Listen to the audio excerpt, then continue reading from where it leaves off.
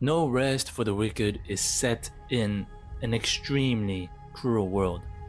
An example of this cruelty would be how a father's unconditional love for his daughter does not really matter, because when faced with a fearsome beast that not only takes his daughter away but turns her into an abomination, he turns into a coward, runs and hides. To make it even worse, this abomination finds one of the eeriest ways to mimic his daughter's voice and constantly begs and cries for help. But no matter how much the father cares about his daughter, which he clearly does, I'm supposed to protect her, but I ran. There is nothing he can do about it until we, the protagonists, come along. However, this world reserves its worst for a specific type of people. People who possess kindness. And in the world of No Rest for the Wicked, we call them the Dasha.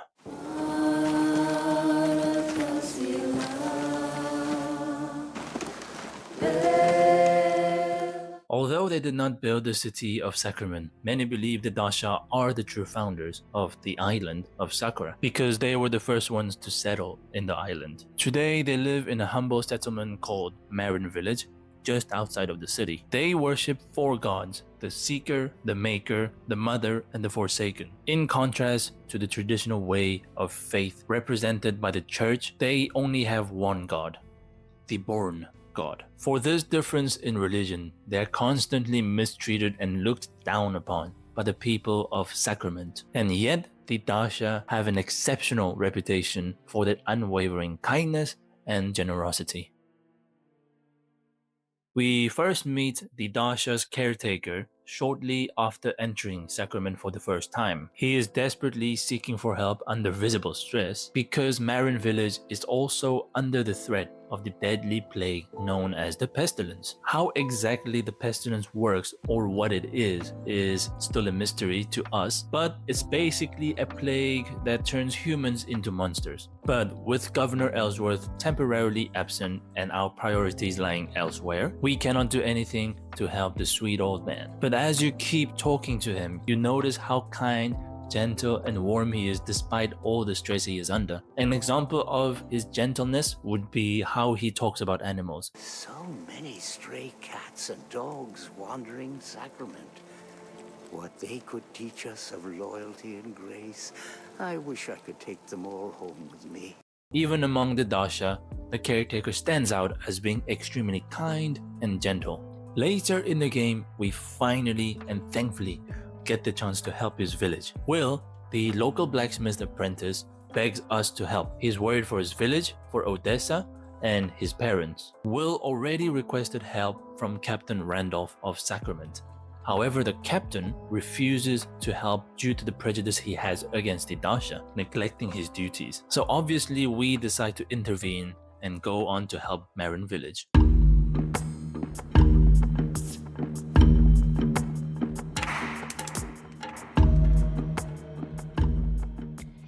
On our way to Marin Village, we encounter a tribe called the Balac Tall. They're tribal bird people, but they don't really look like they're a hybrid of a bird and a human being.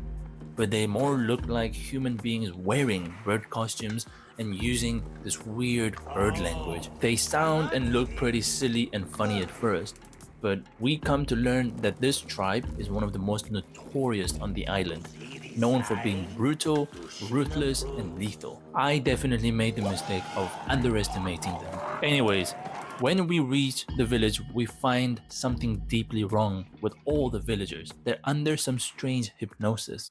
In the meadow, I am the meadow. Let the grass grow over my voice. That is where we must go. The quieter you are, the better you can hear them. Hear him. While digging around the village, we find the caretaker's journal, where he describes his determination to protect his villagers and his fear of the Balac Tall, the tribal bird people. Then we find Odessa, slightly affected herself. She remembers her father's voice telling her to go into the woods, but we as the player know this is not true. so it's clearly affecting her too. With Odessa's help, we find Irmgard, the village mender. She tells us the source of the village's strange behavior comes from the caretaker. In her exact words, she says, "It's Alden, the caretaker.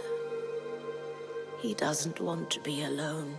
This is deeply confusing considering he was just in Sacrament desperately seeking for help. Irmgard points us to the Temple of Night and Day, and upon entering, we discover even more villagers under the strange hypnosis, and unfortunately a few dead villagers as well. As we progress further into the temple, we find him, the caretaker, completely taken over by the pestilence.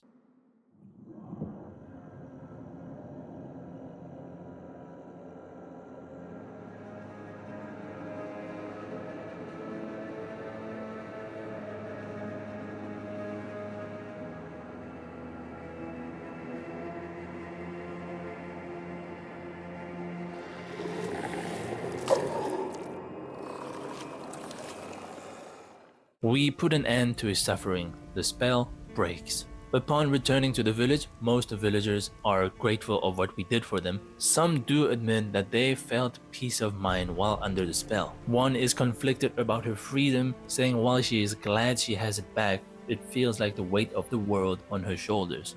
But the mystery remains. How did the pestilence take the caretaker? Thankfully, we can find out by talking to a very suspicious fisherman, which I think I have an idea of who he really is, but that's for another video.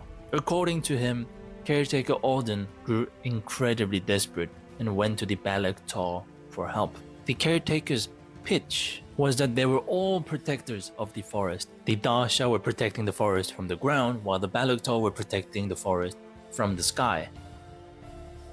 So if the pestilence in the Temple of Night and Day was not dealt with, it would not only affect the Dasha, it would also affect the Balac Tall. So his plea was to do it for the sake of the forest, which I think is an incredibly fair point. But the Balac Tall responded by clawing the caretaker's eyes out, tearing his face apart, breaking his body, and left him to rot at the temple's staircase. That's when the pestilence somehow infected what was left of him, and through it, he cast a spell over the villagers, drawing them to him, cloaking them in the illusion of peace.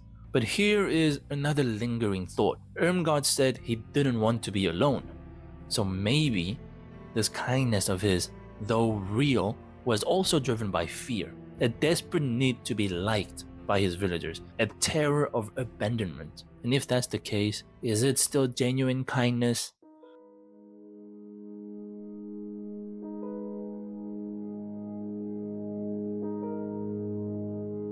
Now, objectively speaking, we can all agree what the caretaker did. Venturing into Sacrament, pleading for help, even putting himself at risk, was undeniably selfless, brave, and kind. But let me ask you, is being kind even worth it anymore? In both No Rest for the Wicked and the real world, kind people are treated like fools. They bend over backwards, they sacrifice, they give, and what do they get in return? They get mocked, exploited, betrayed, abused, and used. In a world where cruelty earns power, kindness returns suffering. Why choose kindness? It's irrational, illogical. Look at Caretaker Alden. He gave everything to save his village. Not only did he miserably fail, he was twisted by the plague, put his village under a spell that led some to death, and left others' mind permanently scarred. If that's kindness, maybe it's time we stop pretending it's noble. Let's change our perspective. Yes, Alden failed. His kindness did backfire. He tried to save his people and ended up dooming them. That's not noble, it's tragic. But maybe the mistake wasn't being kind. Maybe the mistake was thinking kindness guarantees a reward. Kindness is not a transaction. It's not a spell that protects you from the world. It's a refusal to become what hurt you.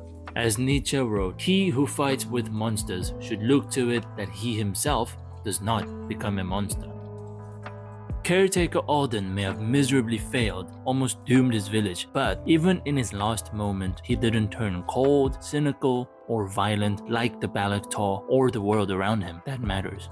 Marcus Aurelius talked about virtue for its own sake, not because it pays off, not because others will notice, but because it keeps your soul intact. Alden definitely died with his soul intact. And that's the power of kindness. Not that it always works, but that it resists the decay of the self.